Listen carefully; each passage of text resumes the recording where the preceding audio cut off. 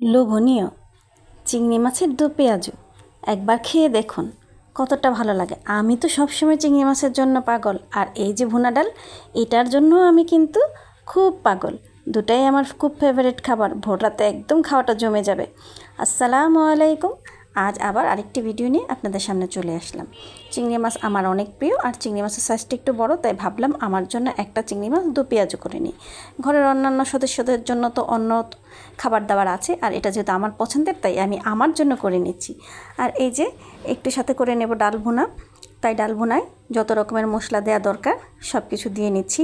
আমি আজকে ডাল ভুনাটা করব মশলাগুলো দিয়ে, ডালটা বেশ ভালোভাবে চটকে মেখে নেব, তারপরে জাস্ট ফোড়ন দিয়ে পানি দিয়ে দেবো ডালটা ফুটে রান্না হয়ে যাওয়ার জন্য। তো এই যে দেখেন এখানে আমি কাঁচামরিচ, তারপরে হচ্ছে আপনার টমেটো, পেঁয়াজ কুচি, রসুন, এগুলো সব কিছু দিয়ে হলুদ মরিচের গুঁড়া, একটু ধনিয়ার গুঁড়া দিয়ে সরিষার তেল দিয়ে একটু ভালোভাবে মেখে নিচ্ছি। তো এটা বেশ ভালোভাবে মেখে নেওয়ার পর আমি ওই দিকে কিন্তু হাঁড়ি চাপিয়ে তারপর এটাকে ফোড়ন দেব। ডাল ফোড়ন দেওয়ার আগেই ভাবলাম চিংড়ি মাছটা একটু মশলা মেখে মেরিনেট করে রাখি, তাহলে দেখা যাবে ডালটা ফোড়ন দিতে দিতে এদিকে মশলা খেয়ে চিংড়ি মাছটা বেশ আরও মজাদার হবে। একদম ভিতর থেকে একটা কি বলে জুসি ভাব বা মজাদার ভাব মশলাটা ভিতরে যাবে, আপনার খেতে কিন্তু বেশি স্বাদ হবে। তো এই যে ডালে ফোড়ন দেওয়ার জন্য চলে আসলাম। এখানে আমি ফোড়নে শুধু নিয়েছি রসুন কুচি আর দেবো শুকনা মরিচ, কারণ কাঁচা মরিচ পেঁয়াজ টেয়াজ সব তো আমি ডাল মাখার সময় দিয়েছি, তাই ফোড়নে আর এত কিছু দিব না। আর সঙ্গে কয়েকটা আস্ত জিরা দিয়ে দিয়েছি, সেটা আমার ভিডিও করা হয়নি। যাই হোক, এই যে দেখেন আমি ডালগুলো ফোড়নে দিয়ে দিচ্ছি, একটু ভালোভাবে নেড়ে চেড়ে যখন দেখবো ডালটা মশলার সাথে একদম ভাজা ভাজা হয়ে গেছে, তেলটা ডালের উপরের দিকে একটু একটু চলে এসেছে, সেই মুহূর্তে আমি কিন্তু পরিমাণ মতো পানি দিয়ে দেবো, কারণ ডালটা ফোটার জন্য যে পরিমাণ পানি দরকার সেই পরিমাণ পানিটা দিয়ে দেবে। যে দেখেন এখন কিন্তু ডালটা আমার সুন্দরভাবে কষানো হয়ে গেছে, আর এই যে আমি পানি দিয়ে দিলাম।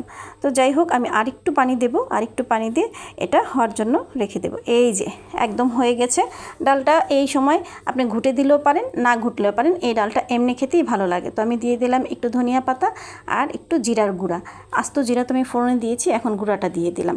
তো এই ফাঁকে এখন আমি করে নেব ওই যে আমার চিংড়ি মাছের দো পেঁয়াজু, সেটা তো সেটা করার জন্য আমি আগে প্রথমে চিংড়ি মাছটা ভেজে নেব বেশ ভালোভাবে, তারপরে পেঁয়াজের মাঝে কিন্তু আমি দো পেঁয়াজু করে নেব। তো এই যে চিংড়ি মাছ কিন্তু আমার ভাজা হয়ে গেল। আর আজ দো পেঁয়াজুটা আপনাদেরকে দেখাবো না কিভাবে করেছি, জাস্ট এটা রান্না করার পরে লুকটা আপনাদের দেখাবো। তা আমার ভিডিও দেখে যদি আপনাদের ভালো লেগে থাকে তাহলে অবশ্যই লাইক কমেন্ট করে আমার পাশে থাকবেন। আপনারা সবাই সুস্থ থাকবেন, ভালো থাকবেন, আর এই রমজান মাসে সবাই যেন সুন্দরভাবে ইবাদত করতে পারেন, রোজাগুলো যেন সুন্দরভাবে রাখতে পারেন, আমি আপনাদের জন্য সেই দোয়া করি।